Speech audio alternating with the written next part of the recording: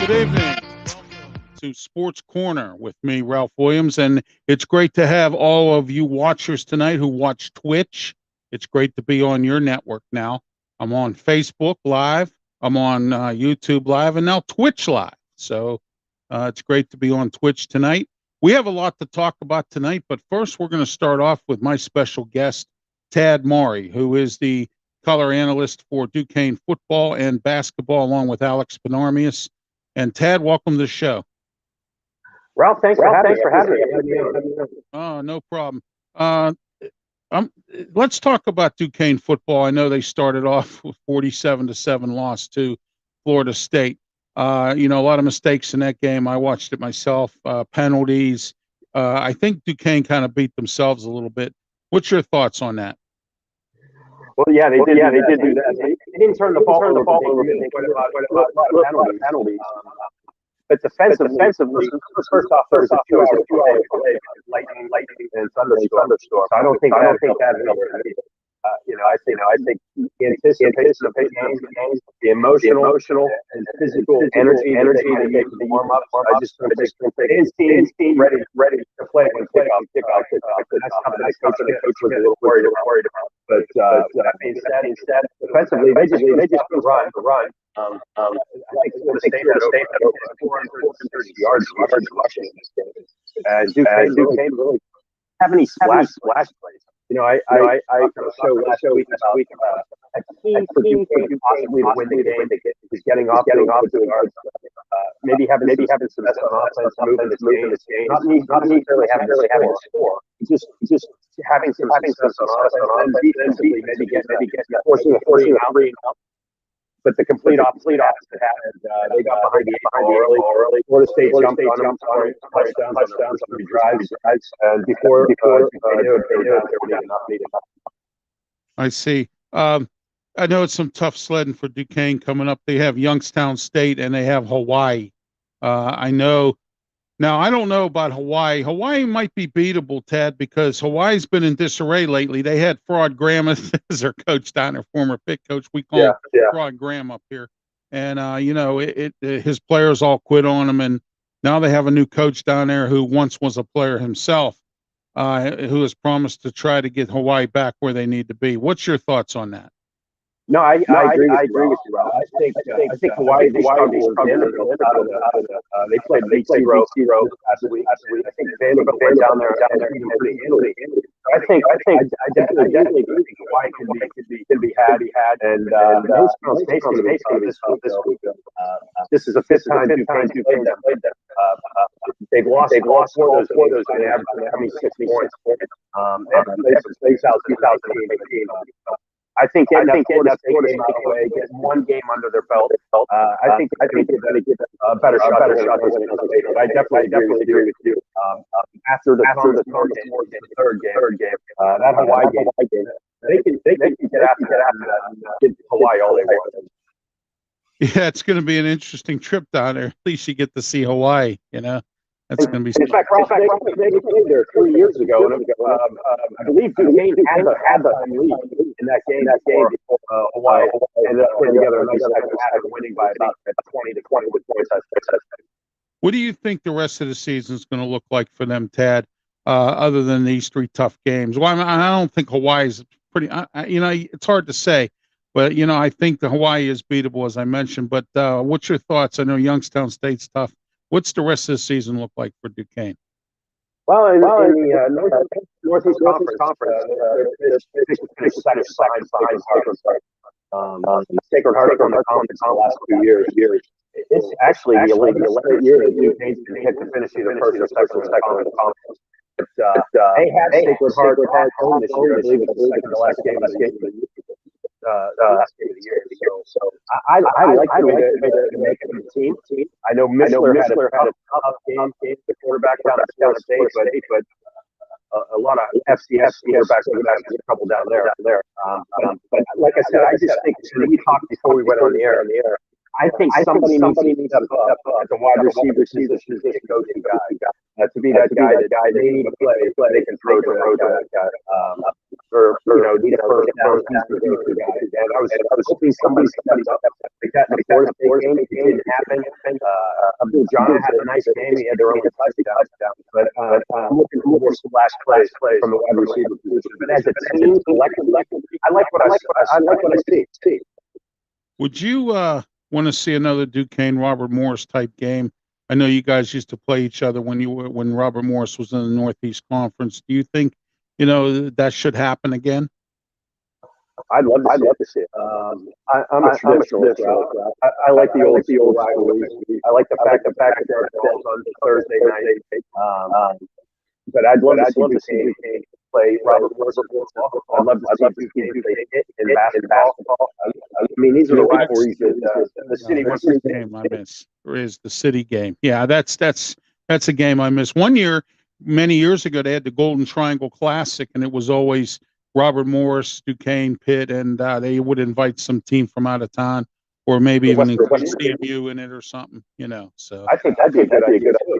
Yeah, they used to have that, but they don't have it anymore. And it's because I know when Ralph Wheeler was a coach at Pitt, they went to CMU once, and they had the tournament in different places, and then one year they went to CMU and had it.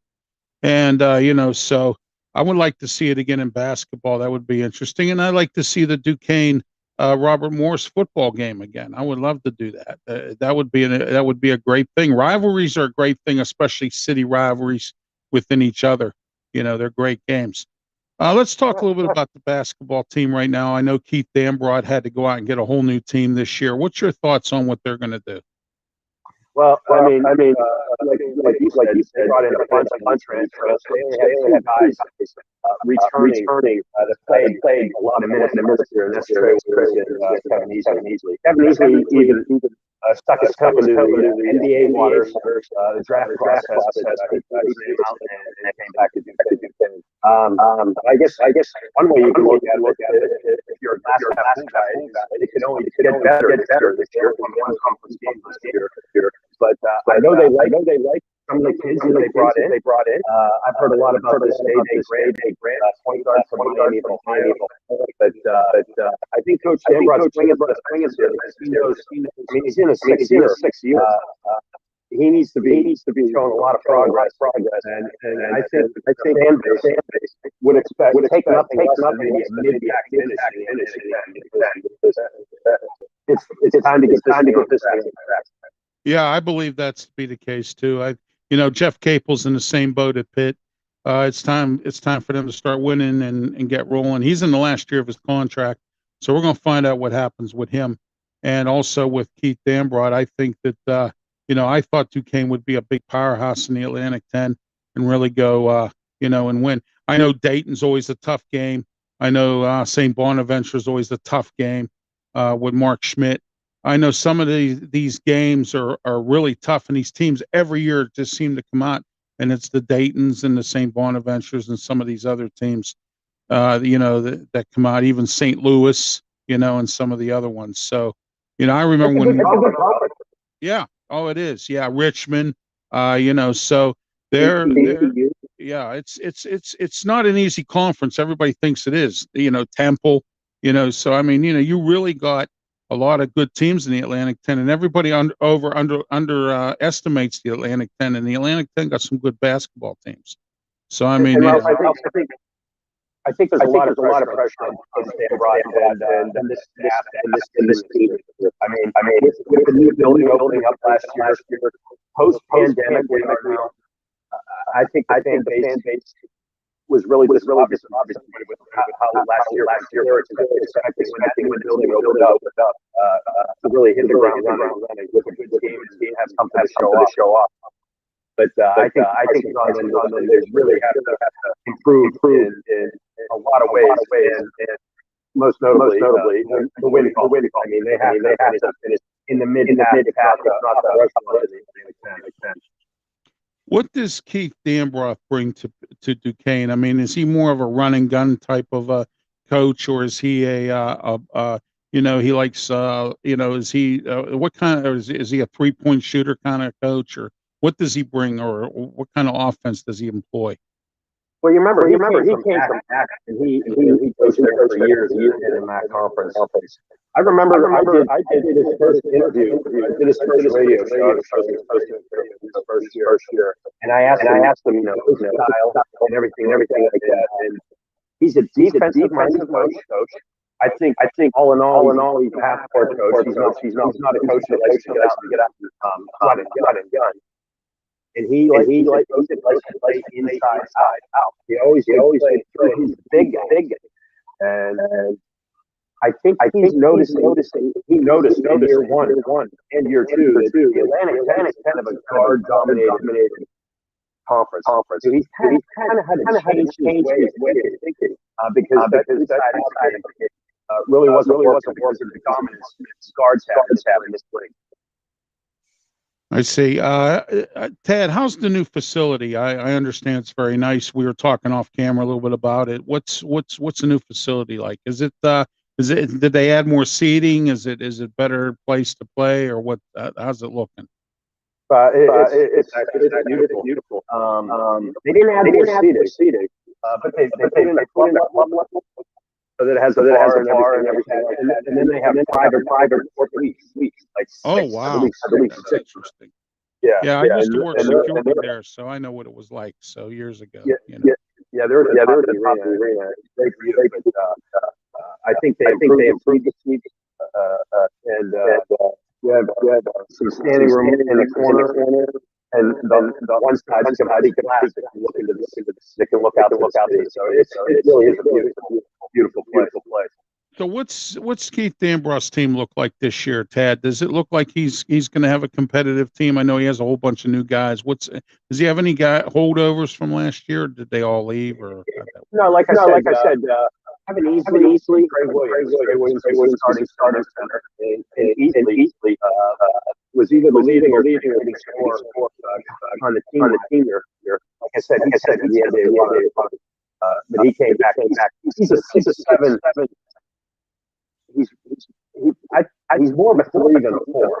He played a lot last year, but I think he played out of position. He likes to be out on the perimeter, more of a spot up shooter. But those are the two experienced guys coming back. And like you said, they have a ton of transfers coming in this year. So it's interesting to see chemistry, how quickly they get it going. They have a non-con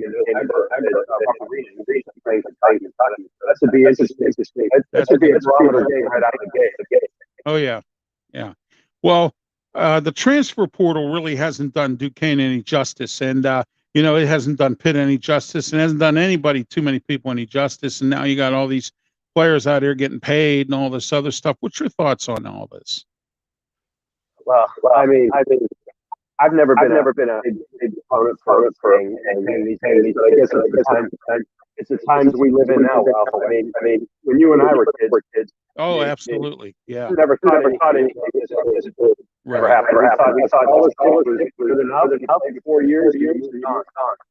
Now there's it's like basically they're taking their best offer at what school to go to.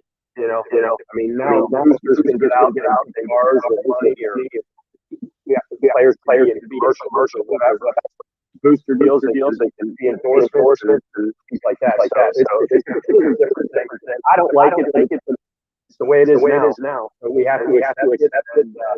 But schools like Duquesne, they got to get out of that because I think it hurts a school like Duquesne because they may not be able to use money like the power kids to attract. So I don't know what goes behind closed doors. They have to get in line with this NIL, or they're gonna be. Yeah, Robert Morris has the same thing, Tad. Andy Toole's a good coach. He's been there forever. And, they had good teams. And then all of a sudden now, with this transfer portal, everybody just disappears.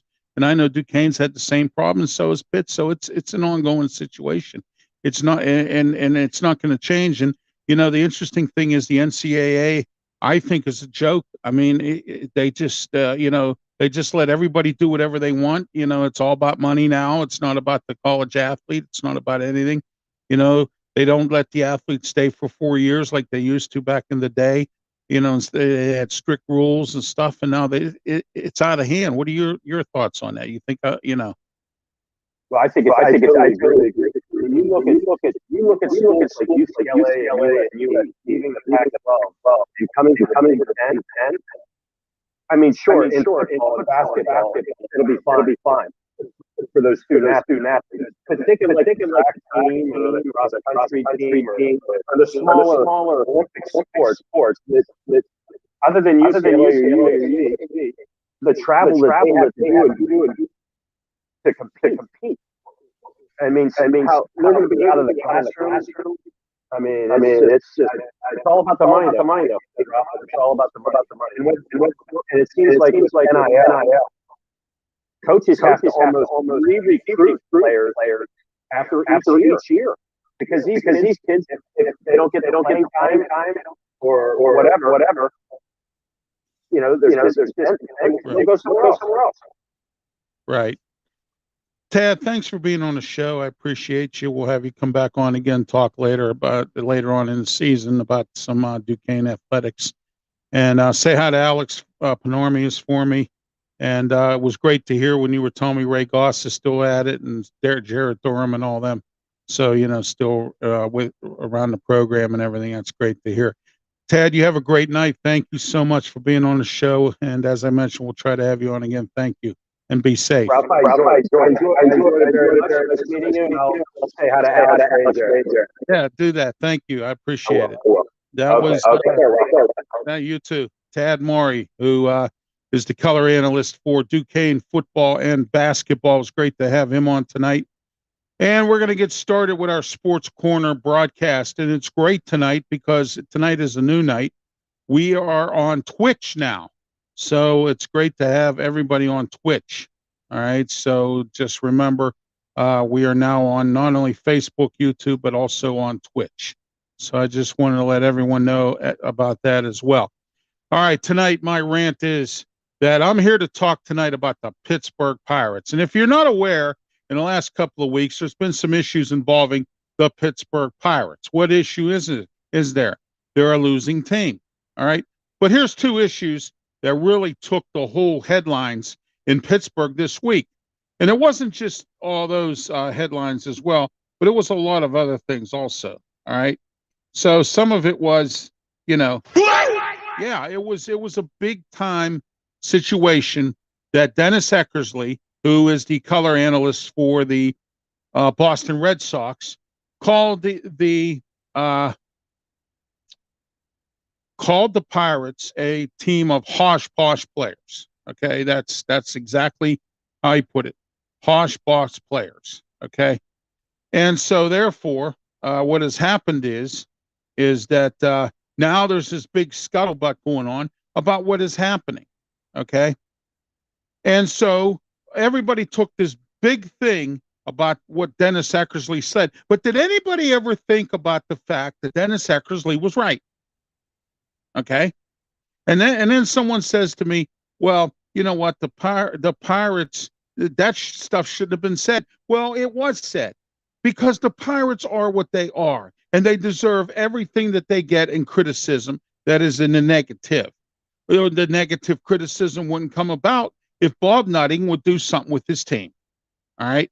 Next, you have ESPN released a report this week that said that the Pirates are at the bottom of the totem pole as far as attendance goes. No kidding. No joke. Okay. No joke at all. And it's real easy. It's real easy for everyone to say, you know what? This is the situation with the Pirates, and that's the way it goes. And that's the way it is. All right. And the Pirates are not going to get any better until the ownership changes. Awesome. All right. Yeah. Isn't it? All right. It's that kind of way to get the negativity of the Pirates. And that's as simple as that. The bottom feeder of attendance. They have to have fireworks, concerts. Even the fireworks they just had recently didn't sell out.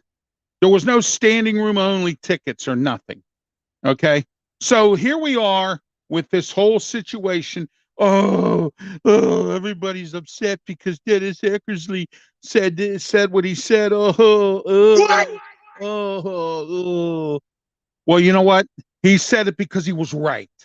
I said things, and it's because I'm right. And I'm right about the fact that this year the Pirates stink. Okay, they stink so bad that the smell from PNC Park is variable everywhere, including here in the South Hills. All right, and that is my rant for tonight. All right, we're here in Sports Corner. I want to welcome all my new watchers on Twitch tonight. We are now on Twitch. All right, today, we're going to talk about the Steelers. As you well know, there was cut day today. All right, they cut a lot of players. Some of them I thought they shouldn't have cut. There's a few guys who I personally believe could have stayed on the team and helped the team, but they cut them, and they're probably going to put some of these guys. Oh wow, they're probably going to put some of these guys on the, practice squad. So I'm expecting most of them to do this to happen to most of them. And today they made a couple trades. They traded to Denver for a Malik Reed, who was supposed to be this edge rusher. All right, they traded for him, and then they traded with Minnesota and got offensive lineman Jesse Davis. Okay, now here's the thing that bothers me about the Steelers. They got rid of John Legou, who was an versatile lineman. All right, they got rid of Joe Haig, who was a versatile lineman, and Joe Haig played better than Kendrick Green and Kevin Dotson put together. All right. You see, so why would you get rid of two guys? Both of them played well. Legou even played well last year. Okay. And he's played well throughout the preseason. You go and get rid of those guys, but you don't get rid of Benny Smell. You get rid of Anthony McFarland. What is wrong with Steelers here? All right. Do you see the picture I'm painting here with these cuts today? All right. Now, I understand they made those trades. That's great. They need an edge rusher. And I'm surprised they didn't get rid of Derek Tuska. Okay. All right. And we had all these reporters and all my other media colleagues, some of the ones who won't have me on their shows and don't want to come on my show and don't give me the time of day. That's why I'm Pittsburgh's forgotten son, as far as they're concerned. Okay. All right. That came up with a 53-man roster months ago, and they were all wrong. Okay. All wrong. All right. You could have put money down on it and they would have been wrong.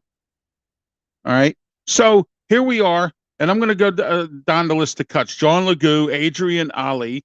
That guy they just brought in here, Lyndon Stevens, Jay Sternberger. They said this guy was great. But again, don't get angry, Steeler fans, about this, because these guys can go on the practice squad. This year, there's 16 people out on practice squad this year. 16. Okay. All right. So anyway, that's the story there with the Steelers as far as cuts go. Now let's get back to this.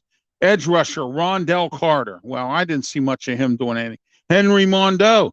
He's been a warrior. Why would you get rid of Henry Mondeau and keep Loudermilk, who didn't do anything? And Martavius Adams, one of the guys I liked last year, hasn't done anything. And you're going to keep him. All right. So Mondo will be going up and down, up and down, up and down on the, practice squad. Okay. Carlos and Khalil Davis, both the Davis brothers. So that means next time they have 4C, and guess what? 4C of the Davis family, and you won't be able to 4C the Parmesan cheese or the gravy or whatever of the Davis family, and you won't be able to do that with the Steelers anymore. So running back Max Borghi, yeah, they signed him as soon as he came off of the thing with Denver. Look at this. Tyler Snead, this guy here did real well. And here's the surprise of them all, Cody White. They'll bring him back on the practice squad. That's a definite. His father works for the Steelers. He's a scout. All right, so he's coming back. Okay, and then you have Tyler Vaughn, William Dunkel, Chaz Green's another good offensive lineman. They had a lot of these swing guys. It makes no sense to me at all. Defensive lineman Donovan Jeter. I thought he had a good camp and preseason, but again, they can put him on a practice squad if he's not claimed by some team. Elijah Riley, there's another guy, and then Chris Steele and Lyndon Spruce. He was cut also. So I mean, it's really a tough situation here. And then you got Buddy Johnson. Buddy Johnson got cut. He was a draft pick a few years back who really didn't do much of anything at all. All right. And then also you got Deontay Scott, Amilcar Richard. He came from another team. This James Walters or something, this linebacker. He was supposed to be some big thing. He got cut. Defensive backs, Carlins Petrell. He was put on waived injured list. Okay. Then you got Marcus Allen. Marcus Allen. He did a lot for the Steelers, and now he got cut. Justin Lane, well, he was a bum. Justin Lane was horrible, and I'm glad he's. Yeah, he was a bum. Anthony McFarland, there's the shock of the world right there. Yeah. What are you doing? All right, Joe Haig, Trent Scott. Trent Scott was brought in by Pat Meyer, the new offensive line coach for the Steelers, who coached at Carolina. So tell me something, everybody. What exactly do you think the Steelers were thinking? I mean, what were they thinking about? I mean, this is just horrendous of some of these cuts. But again, we'll see what happens. 3-0 in the preseason. All right, in their injury report, former Steeler. Here we go. Former Steeler Joe Hayden says he has never been contacted from the Steelers to return. Now, there were a bunch of erroneous. Now, see, I'm going to use this word because I remember when Kevin Colbert did it, he said there was some report about him having friction with the Steelers or something. And you know what he said? That was erroneous. Okay, and it could have been erroneous. All right. But I think this was erroneous. All right. So we'll go with it like that. All right. Then, on top of all that, Mike Tomlin and the injury thing with Najee Harris. Now, first, Mike Tomlin, and Mike Tomlin's always trying to cover something up, especially injuries and things like that. He's trying to become a Mike Sullivan. The coach of the Penguins. He has an upper body injury, lower body injury. He has an injury somewhere else or whatever. I don't know. Okay. But now Mike Tomlin is starting to hide this stuff. And now the NFL's looking into this because Najee Harris said that he has this foot thing injury that is scary. Okay. And is he going to be ready for the season opener? I hope so. Because the Steelers are in trouble. They have Jarrett Warren. Jarrett Warren playing running back. Okay. So you think about that for a minute before we talk about where this is going. Okay. All right. Who's going to be the starting running back if Najee Harris can't go? And we play the Bengals for our first game. All right. New England's coming to Pittsburgh. New England's no pushover just because Tom Brady's not there. All right. Our schedule's up and down. The Steelers could go 9-8 this year. That's where I think they're going to go. Might be lucky if they make it to the playoffs. They have to fix the offensive line. Both lines of scrimmage have to be fixed. Okay. The Lou kid, he's done good on the defensive line. I've seen him on some tackles. Okay. All right. Putting the hands up in the air. Carl Dunbar, the defensive line coach, does a real good job with that. And of course, Cam Hayward was good at what he did. All right. So the Steelers are, they have some promise. Let's look at the quarterback situation. Mitch Trubisky is the starting quarterback. This is going to be the first year in 15 years of winning football. Okay. The first year without Ben Roethlisberger. Actually, no, 19 when he got hurt. And Duck had to play and all that other stuff. Remember that? All right. So, and then there was the Duck and Mason Rudolph thing, and back and forth they went, and things like that. Steelers still pulled out a decent winning record, even with that. Do you credit Mike Tomlin? Maybe. But tonight earlier at 7 o'clock every Tuesday night, and I watch it because Al's my friend. And my sidekick on my Sports Corner TV show, Smoking Jim Frazier's on there as well. It's called Pittsburgh Sports Line. It's on Bethel Park TV. You have to be a resident of Bethel Park. You can have Comcast and Verizon, but you have to be a resident of Bethel Park to get Bethel Park TV. You know what Al said tonight? When was the last? He couldn't even remember the last time Steelers won a Super Bowl. Okay. Mike Tomlin went to 2 Super Bowls. The first one he won, he had Bill Cowher's players. And everybody argues with me about that. Oh, Ralph, everyone says because he had Bill. He did. He had a bunch of Bill Cowher's players. That's how he won that Super Bowl. Okay. They were hungry. They wanted to win another Super Bowl. And so what if coach was Tomlin? All right. Then the next year, they end up back in the Super Bowl. But they blow it against Green Bay. 5th string defensive backs, and they couldn't move the football on offense. 5th string. Tell me that wasn't something, huh? They lost to Green Bay. Didn't get slaughtered, but they lost. So now Mike Tomlin's 1-1. All right. And everybody is having this big Hall of Fame argument about Marty Schottenheimer. This whole week they were talking about that all throughout the internet, the press, on all the sports channels, everything else. They were talking about Marty Schottenheimer. He was a winning coach. Guess what? Didn't go to the Super Bowl. Bill Cowher was a winning coach and I say almost, didn't go to the Super Bowl. If Ben Roethlisberger didn't make that play in Indianapolis, that tackle, we wouldn't have went to that Super Bowl. And you know it, and I know it if you watch that game. All right. So now we have Mike Tomlin making one statement, Najee Harris making another statement, the janitor making another statement, and I'm making a statement. So, everybody's making statements about this injury report and what goes on. TJ Watt was hurt. He has a bruised knee. All right.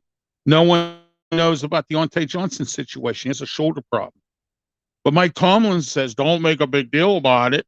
Then he makes a comment here. Listen to this comment. Well, the fans don't coach this team. I do. Yeah, that's true, Mike. But you know what? Who pays for the ticket to go to the game?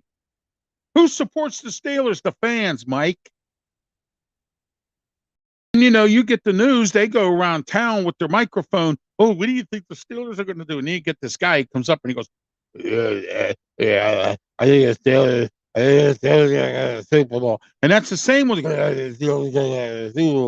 yeah. Every year, everybody thinks the Steelers are going to go to the Super Bowl, but you don't take a look at reality. Okay. That's like me saying the Pirates are going to go to the World Series. Okay. Quarterbacks, Mitch Trubisky, Kenny Pickett's the backup, and Mason Rudolph will be a scratch every game. If I'm Mason Rudolph, man, I'm happy. $3 million and I get to sit and do nothing. Hey, I'll put the hat on. I'll carry a clipboard. I'll do it all for $3 million. Okay. For $3 million, I'll do my show naked. I'll do what I need to for $3 million. That's what Mason Rudolph should do. And you know what? I was talking to Tad earlier, our guest that we just had on earlier. We were talking off camera a little bit, off the air and, before the show. I had mentioned something about that. I see, Charlie Batch, he said the best years of his life was being a backup to the Steelers because he was the starting quarterback in Detroit and he got beat up. So there you are. Okay. We have a weak offense. We have an offensive line that again, and then Mike Tomlin goes, oh, we improved a little bit. Yeah. Really? What? You improved a little bit. Yeah, you did. I mean, I saw some improvement. All right. And let me tell you something about Detroit. Don't sell out Detroit. Dan Campbell's a good coach. He just needs the talent and some time to put something together. Okay.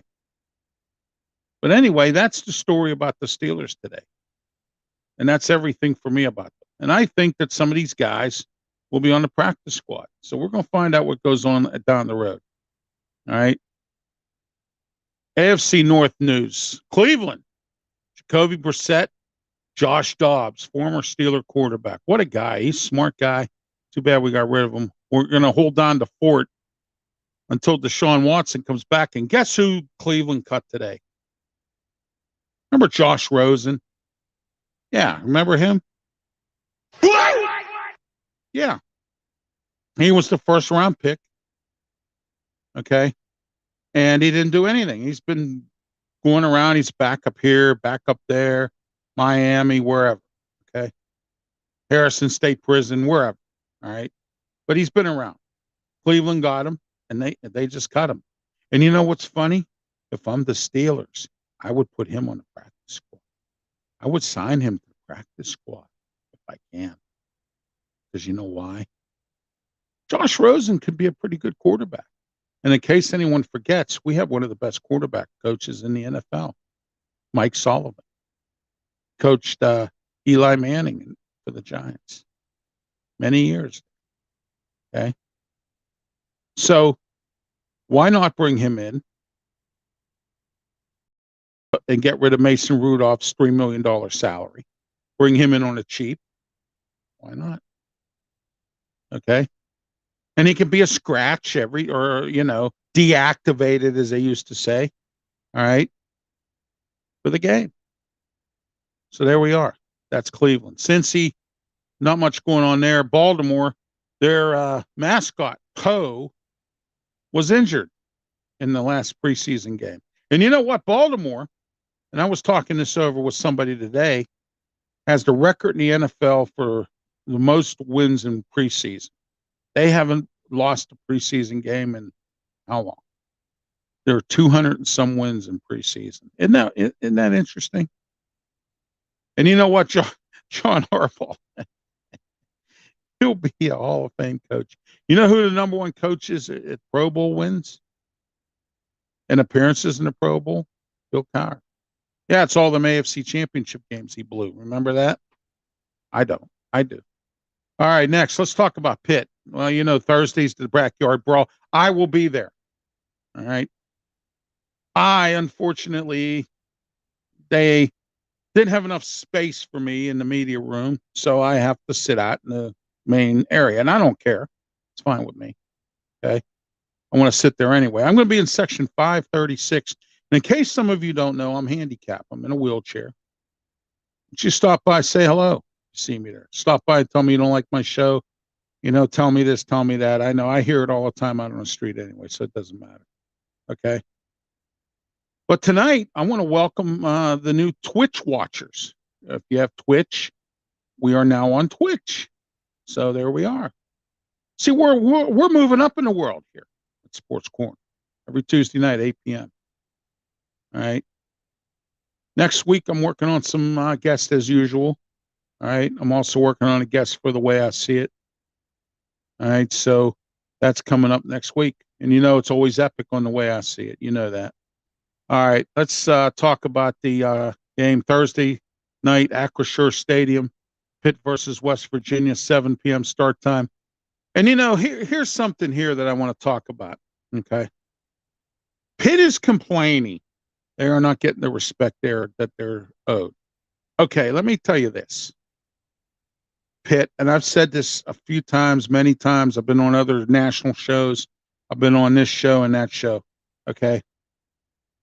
So, all right. But anyway, they are saying that they're not getting the respect that they deserve. Okay.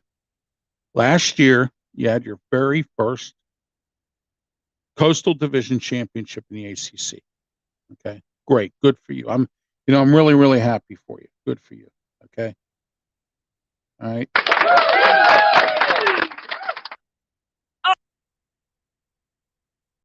Awesome. All right. But that's it.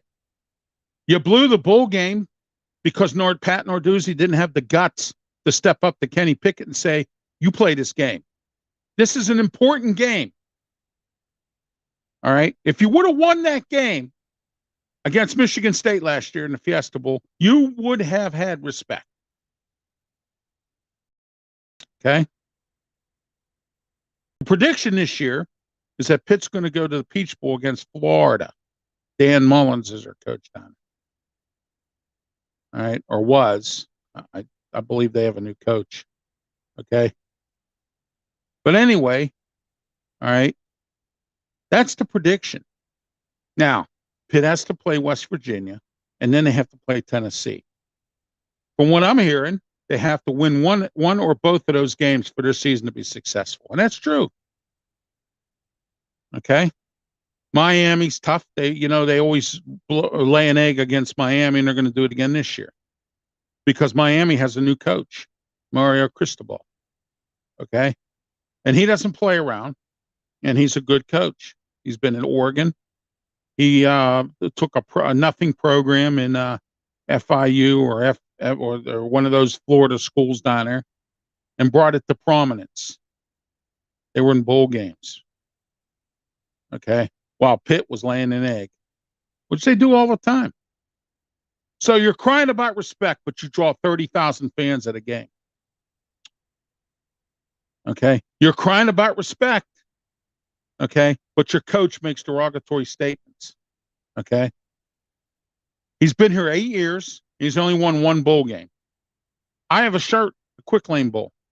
Then you lost your bowl game last year. Okay? Unfinished business. And it happened. And you want more respect? Nah. No. You want respect? Be prominent again like they were in the days when Jackie Sherrill was coach. Even Walt Harris had him in a major bowl game. Okay? And now Narduzzi did it. Took him 8 years, but he finally did it. But he lost. Just like Walt Harris. But at least Jackie Sherrill won. Okay? All right? So Pat Narduzzi this week goes and gets LaShawn McCoy, Pat Bostic, Dave Wannstedt to speak to the team about the importance of this rivalry. Okay? That's what Pat Narduzzi does. So we'll see if this works. We'll see what Keaton Slovis is all about. We'll see if Iggy gets to football. Frank Signetti's the new offensive coordinator. And you know what's interesting? Nebraska lost last week, and I'm glad. Okay? They deserve to lose. Mark Whipple deserves that because of what he pulled. Okay? They lost to a Northwestern team with Pat Fitzgerald there, okay, who's a great coach, by the way, who beat Pitt, by the way, in a bowl game. And they were 6-6, and we had a better record, and we blew it. Okay? So, again, here we are. Pitt is complaining that they're not getting the respect that they deserve. Then you have Kenny Pickett now making a score prediction of 31-10. You know what, Kenny? Worry about yourself with the Steelers and quit worrying about making predictions about Pitt. He barely wanted to say that, and I don't blame him. But the media, what do you think the score's going to be, Kenny? Hey, Kenny, what do you think the score's going to be, Kenny? Hey, Kenny. Kenny's Pickett is too busy trying to become a Pittsburgh Steeler, trying to make sure that he's ready to be the backup to Mitch Trubisky. Hey, Kenny, what's the score in the Pitt game? Kenny doesn't care about that. He's worrying about getting ready to be a Pittsburgh Steeler. It's great that Pitt showed up and they cheered him away at these preseason games. I'm so happy for him. I am. But don't give West Virginia motivation. Okay? I would have said no comment. You know what West Virginia's going to say? Here, eat your 31-10. Okay? We'll show you what 31-10 is all about. Anyway, except for 13-9 and maybe one or two other wins, Pitt hasn't beaten West Virginia that much. Or Penn State. You want respect? You got to earn it. Pitt, make sure you do that. All right. We're going to talk about some local sports, and then we're going to get into the NFL news today. Some cuts made, different teams did things. I'll have that coming up in a few moments. Riverhounds 14-7-5. They beat the Atlanta United 2-1. And of course, we just spoke with Tad Maurey earlier. Duquesne football lost to Florida State 47-7. They play Youngstown State, and then they go to Hawaii. All right. High school football. How about these two games? Westinghouse from the City League. Hey, good. I'm a City League alum. 40-8 against the powerhouse of Clairton. Wow. That's good for the City League because they need to do that. They haven't been prominent in a long time in these non-conference games. Okay. They always get blown out 60-3 or whatever it is, but it looks like Westinghouse could beat somebody. And they beat Clairton. All right. And we'll see what they do this year. See what Alderdice does again this year. You got Brashear, Carrick, got all these teams. All right.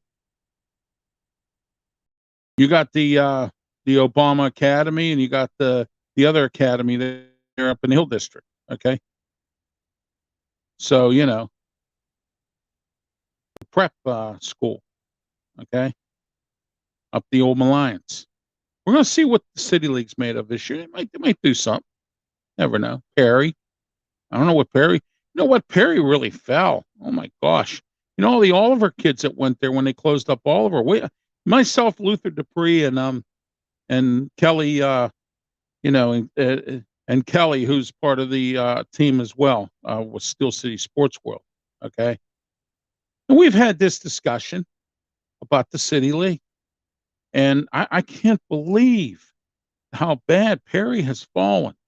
And then Oliver closed, and I thought all them students here, they were going to, the prep up there in the Hill District, University Prep. That's the name of it. Okay, all right, it's crazy. Wow. We'll see what happens next year or this year with the City League, but that's good news for them. Gateway, listen to this. Smoking Jim Frazier, my partner on the wrestling shows and on my Sports Corner TV show.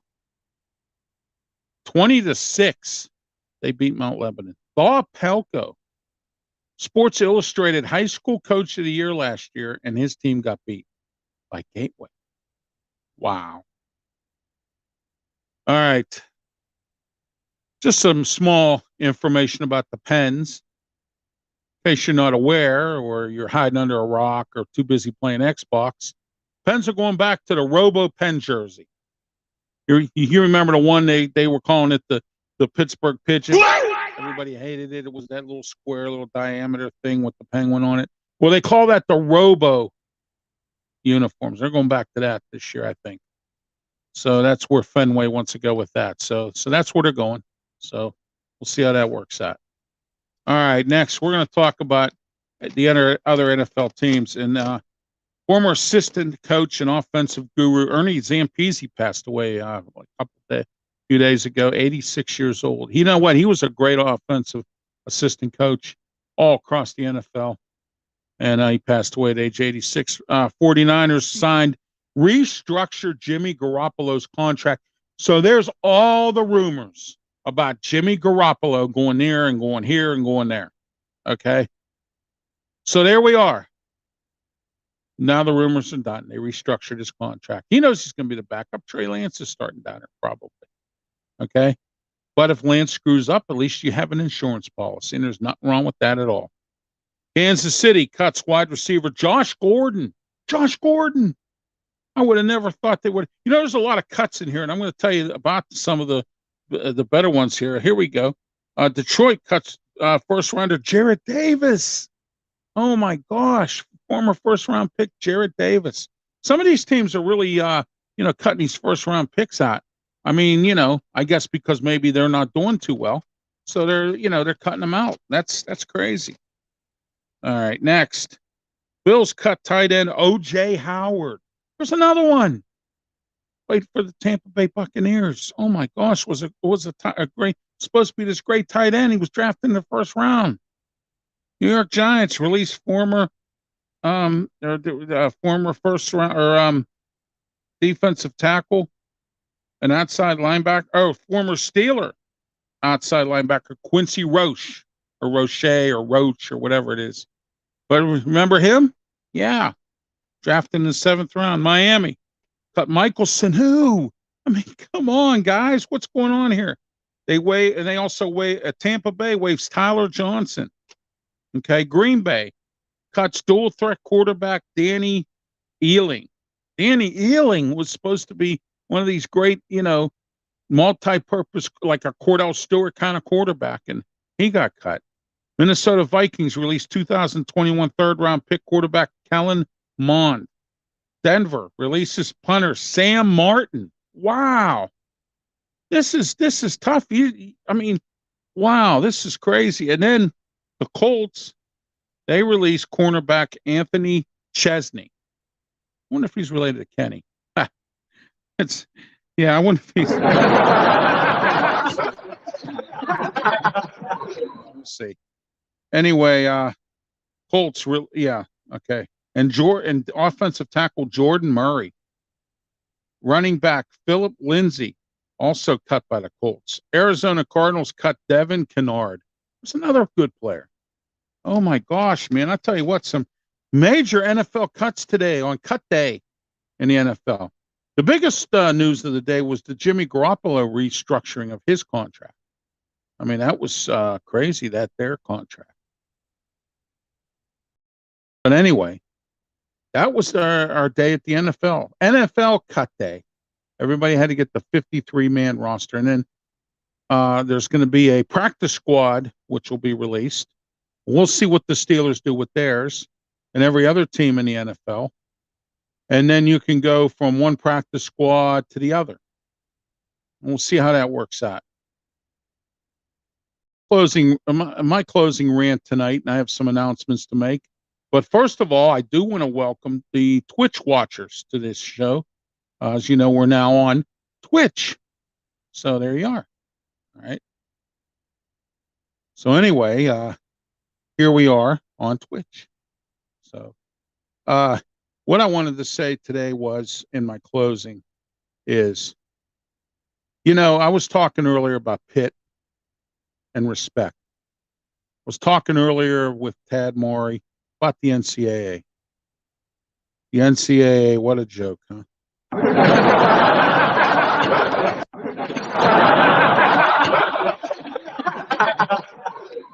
They are. The transfer portal, that new money thing they got going on, and now they want to restructure conferences. It's really sad about what's going on. My closing rant tonight's going to be about multiple things. Deshaun Watson gets only 11 games. First, he had 6 games. Now he has 11 games. And the Cleveland Browns, they look like a joke. They have Jacoby Brissett and, Josh Dobbs as their quarterbacks. All right. So that's a joke. Okay.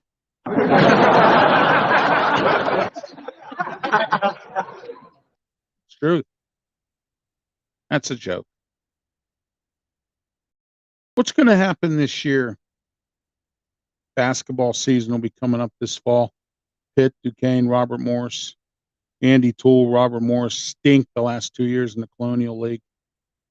I don't know what the idea of moving to that league was all about. I really don't. But it hasn't done Robert Morris any justice. They should have stayed where they belong. Andy Toole's got to be really real in here. He's a good coach. He's been around a long time with Robert Morris. I'm just surprised that they haven't done better. All right. Transfer portals hit them too. Jeff Capel with Pitt. He's in the last year of his contract. We're going to find out what he's made of this year.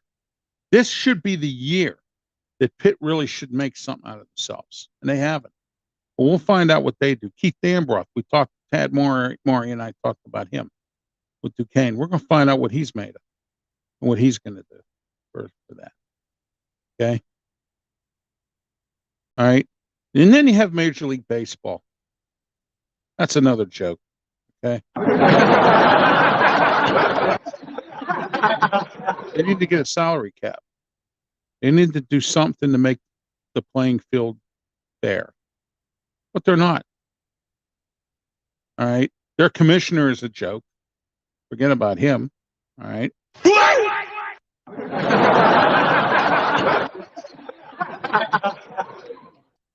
All right. He's a joke too. Baseball's a joke. You got guys that won $440 million. Are you kidding me? You got teams that can't draw attendance because people are tired of paying expensive money to go to these games. And I don't blame them. I mentioned to Tad earlier today, we were talking off camera or off the air here earlier, and I see got to take out a loan. I mean, literally got to take out a loan.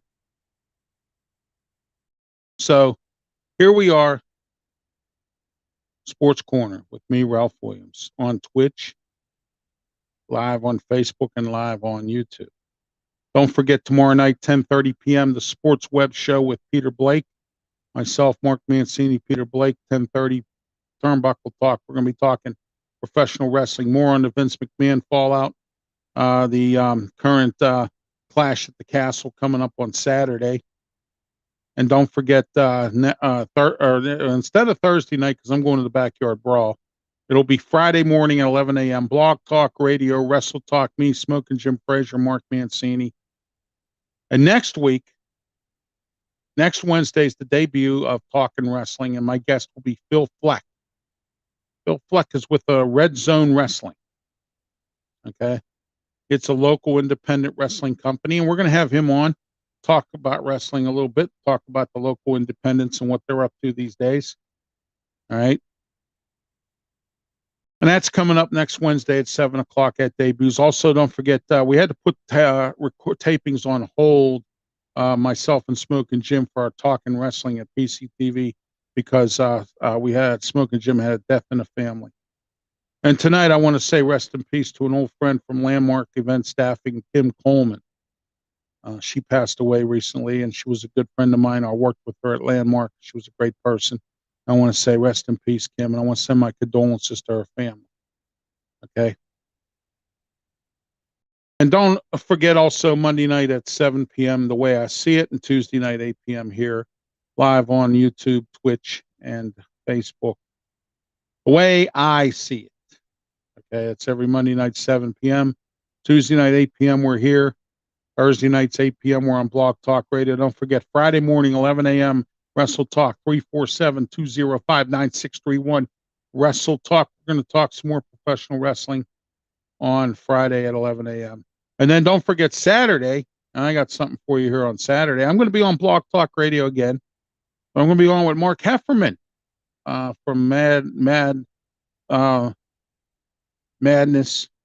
He's from Fresno, California. He reports on sports. He has his own show called the Madness Show.